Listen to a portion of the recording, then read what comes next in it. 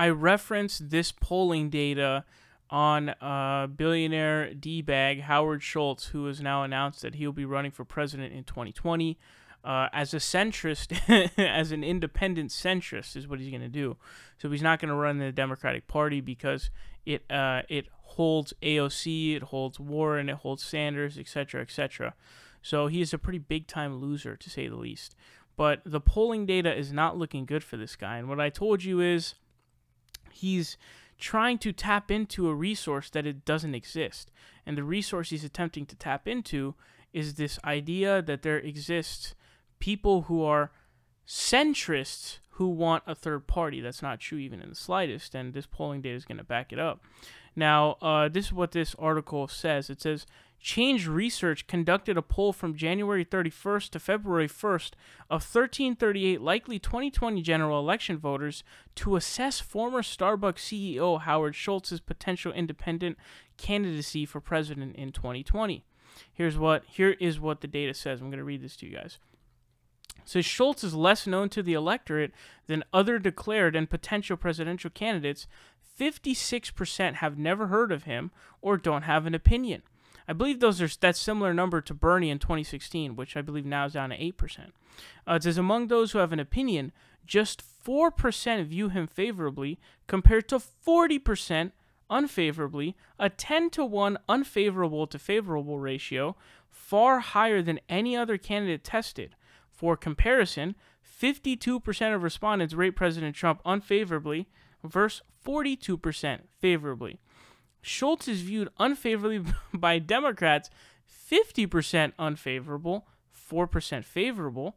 Republicans, 43% unfavorable, 4% favorable. And independents, 31% unfavorable, 4% favorable. So basically what this means is all of the people who currently know Howard Schultz hate his fucking guts. Now, there's a big chunk of people who don't know him. That's about 56% have never heard or don't have an opinion on this guy. Now, it's important to note that among literally every single group, Democrats, Republicans, and Independents, his favorable percentage is the same. It's 4%. He's a 4% favorable. Now, the unfavorable goes down per group. So Democrats is 50%. That's for obvious reasons. They believe that he's going to be a spoiler.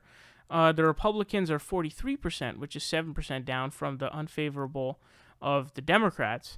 And then for independents, it's at 31% unfavorable. So it looks like independents hate him the least, but they also like him the same, if that makes any sense, because obviously the favorable is the same, but the unfavorable is not the same. But that is because 56% don't have an opinion on him.